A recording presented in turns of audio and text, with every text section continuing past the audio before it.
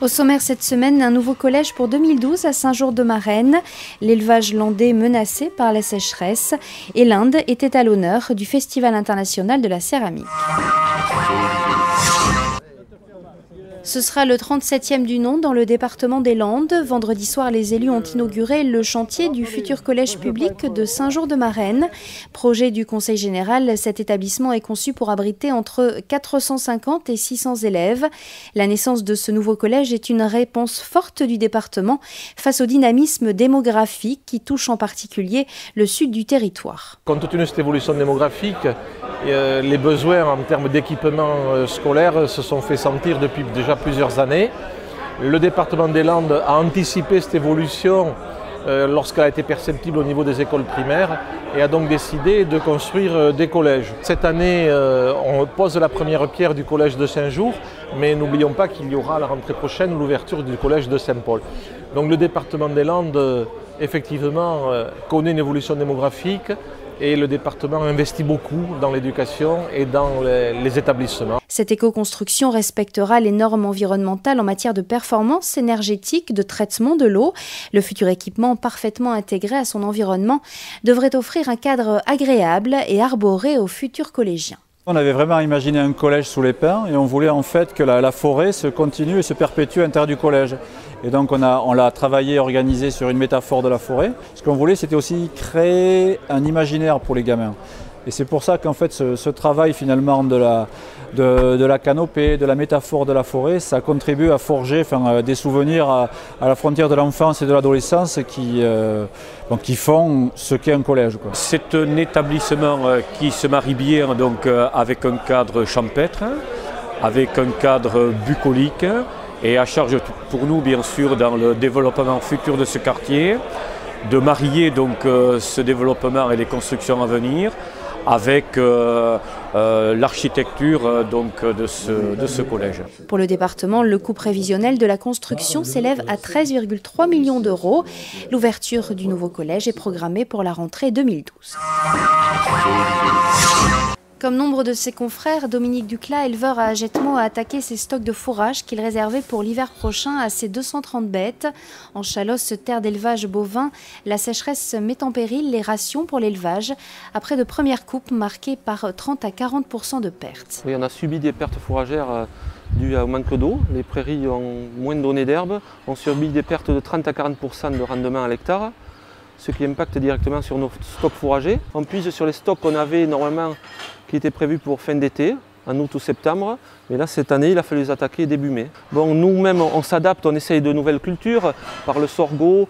Bon, aujourd'hui l'herbe on voit bien que ça a ses limites quand c'est des zones sèches.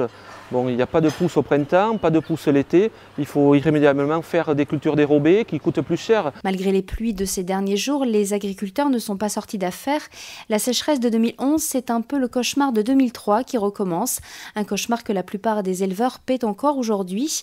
Un problème désormais structurel qui nécessite pour l'agriculteur d'Agetmo que les autorités répondent de façon pérenne à la détresse de la profession. Bon, nous en Chalosse, ça fait plusieurs années qu'on est touché. On est touché quand même depuis 2003, c'est récurrent. Hein. On assiste à un manque d'eau, enfin, manque de pluviométrie dans le département.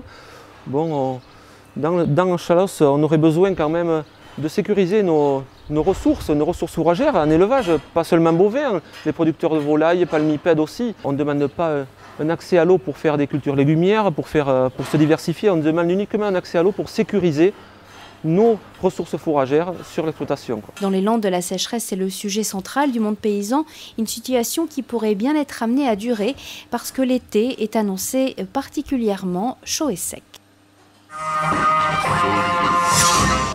Un voyage au Rajasthan a convaincu Louise et Michel Gardel, cofondateurs de l'association Terre d'Aquitaine, de mettre à l'honneur cette province de l'Inde pour la 14e édition du Festival international de la céramique.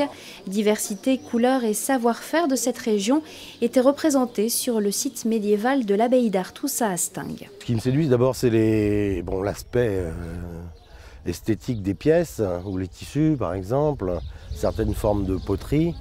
Et puis nous avons invité des sculpteurs qui font des plaques votives, mais maintenant aussi ils font des plaques décoratives. À l'origine c'est des plaques seulement votives, que les gens de toute l'Inde viennent chercher pour mettre placées dans leur temple. Et maintenant, ils commencent à faire des modelages avec des scènes champêtres ou des scènes de la vie quotidienne pour la décoration. Les bas-reliefs, sortes de plaques commémoratives représentant les divinités, faisaient également l'objet d'ateliers pour les professionnels de la céramique, une initiation à un savoir-faire unique dans cette région de l'Inde. Ces bas-reliefs, c'est fabriqué dans un village qui s'appelle Molela. C'est 40 km de Udaipur, au Rajasthan. C'est le seul village qui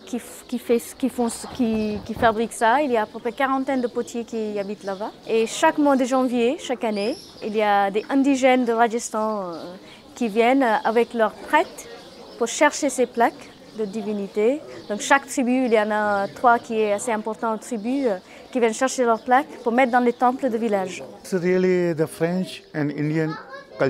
On est très heureux de venir partager notre savoir-faire unique issu de cette région du Rajasthan et nos traditions également. Être ici nous permet aussi de voir et d'apprécier le travail avec les artisans et les céramistes français. Vraiment, nous sommes très contents de participer à ce festival de la céramique ici à Artous. En marge de cette célébration, toutes les formes et les techniques sont représentées pendant 3 jours sur le marché des céramistes à Artous, du vase le plus simple à la sculpture la plus originale et contemporaine, en porcelaine ou en faïence. C'est ça la richesse de ce festival, une invitation à tous les arts de la céramique.